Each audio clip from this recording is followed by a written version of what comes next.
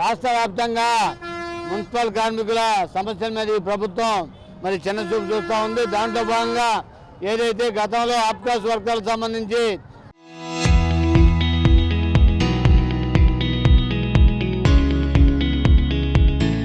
అరవై 62 సంవత్సరాలు రిటైర్మెంట్ వయసుగా ఉండేది, దాన్ని ఇప్పుడు 60 సంవత్సరాలుగా చేస్తూ 2 సంవత్సరాలు వాళ్ళ పదవి కాలాన్ని తగ్గించడం వల్ల అనేక మంది మరి ఇబ్బంది పడుతూ ఉన్నారు.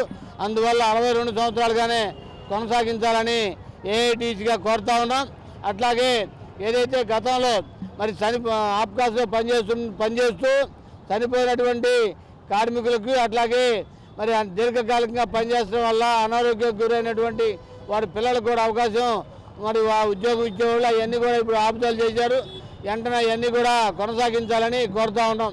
అట్లాగే పర్మనెంట్ కార్మికులకు సంబంధించి చెప్పులు కుట్టుకూలి మరి కనీసం ఏదైతే మరి స్వచ్ఛ భారత్ పేరుతోటి హంగామా చేస్తున్నారో ఈ ప్రభుత్వం వాళ్ళకి స్వచ్ఛతకి ఇవ్వాల్సినటువంటి ఏవి కూడా ఇవ్వని పరిస్థితి కాకుండా కనీసం మరి చీపులు కానీ పార్లు కానీ దంతెలు అట్లాగే కన్జర్వేషన్ ఆర్టికల్స్ అన్నీ కూడా ఇవ్వని పరిస్థితి ఉంది. ఇవన్నీ వెంటనే ఇవ్వాలని కోరుతా ఉన్నాం.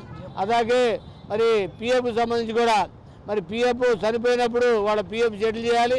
అట్లాగే గత చర్చల్లో మరి గ్రాడ్యుయేట్కి సంబంధించి కూడా 1,75,000 రూపాయలు ఆప్కాస్ వర్కర్లకు ఇస్తామని చెప్పారు.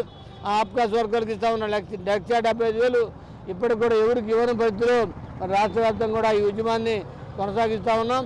మరి రేపు ఎల్లుండి కూడా రేపు 22వ తారీఖున స్థానిక ఎమ్మెల్యేని కలవాలని, అట్లాగే 24వ తారీఖున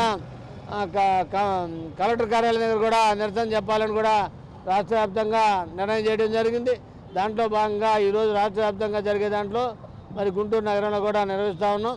ఏదైనా కూడా ప్రభుత్వం మాటలు గట్టిపెట్టి వాళ్ళకి ఇవ్వాల్సినవి కూడా ఇవ్వాలని, అట్లాగే కాంట్రాక్ట్ కార్మికులందరూ కూడా రెగ్యులర్ చేయాలని, సమాన పనికి సమాన వేతనాన్ని సుప్రీంకోర్టు తీర్పిచ్చినప్పుడు కూడా అమలు జరిపిన పరిస్థితి వెంటనే అమలు జరపాలని కూడా కోరుతా ఉన్నాం.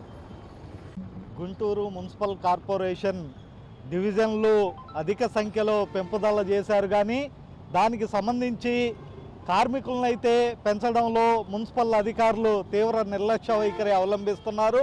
రిటైర్డ్ అయిన కార్మికుల స్థానంలో మళ్ళీ కార్మికుల్ని నియమించుకోకుండా ఉన్నవారి మీదే పని భారాన్ని కల్పిస్తూ శ్రమ దోపిడీకి గురి చేస్తున్నారు. అలాగే కార్మికులకు రావాల్సిన సౌకర్యాలని అమలు చేయటంలో మున్సిపల్ అధికారుల నిర్లక్ష్య వైఖరిని వ్యతిరేకిస్తూ ఈరోజు రాష్ట్ర వ్యాప్తంగా ఏఐటీయూసీ మున్సిపల్ వర్కర్స్ యూనియన్ ఆధ్వర్యంలో ధర్నా కార్యక్రమాన్ని నిర్వహించుకోవటం జరుగుతుంది. ఈ ధర్నా కార్యక్రమం దశలవారీ ఆందోళనలో భాగంగా జరుగుతుంది. ఇప్పటికైనా ప్రభుత్వం మున్సిపల్ కార్మికుల సమస్యల్ని పరిష్కరించాలని, లేని ఎడల పెద్ద ఎత్తున ఏఐటీయూసీ మున్సిపల్ కార్మికుల ఆధ్వర్యంలో ఉద్యమాలు నిర్వహించడానికి సిద్ధంగా ఉన్నారని తెలియజేస్తున్నాం.